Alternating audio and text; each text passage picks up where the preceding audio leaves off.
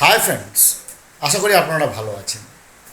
এবার কড়া হাতে সেন্সাস ডিউটি করার জন্য এক প্রকার বাধ্য করার সিদ্ধান্ত নিয়েছে পশ্চিমবঙ্গ প্রশাসন। যেটুকু শোনা যাচ্ছে যে একেবারে 1948 সালের যে সেন্সাস অ্যাক্ট, তার 11 নম্বর ধারা সরাসরি প্রয়োগ করা হবে।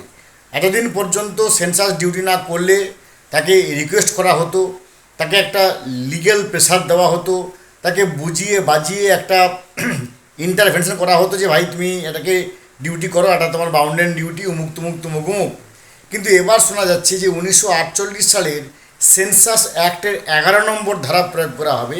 যদি কোনো গভর্নমেন্ট এমপ্লয়ি বা শিক্ষক বা যাকে সেই ডিউটি অ্যাসাইন করা হয়েছে তিনি যদি এটাকে রিজেক্ট করেন বা টার্ন ডাউন করেন, তাহলে কি লেখা আছে আর্টিকেল 11 অফ সেন্সাস অ্যাক্ট 1948, সেখানে পরিষ্কার লেখা আছে যদি কোনো এমপ্লয়ি, অর্থাৎ সেন্ট্রাল গভর্নমেন্টকে অসীম ক্ষমতা দিয়ে রেখেছে সেন্সাস অ্যাক্ট 1948, সেখানে সেন্ট্রাল গভর্নমেন্ট যে কোনো এমপ্লয়িকে তার এই সেন্সাসের কাজে লাগাতে পারেন।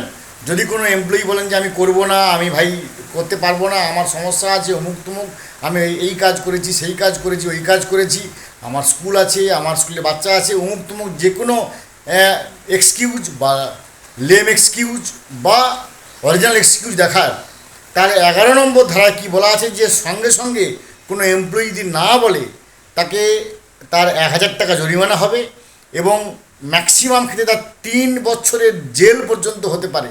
সুতরাং একটা অশনি সংকেতের বাতাবরণ খুব শীঘ্রই এগিয়ে আসছে কি না এটাকে দেখার জন্য আমাদেরকে ওয়েট অ্যান্ড ওয়াচ করতে হবে। ভালো থাকুন, have a good day, thanks.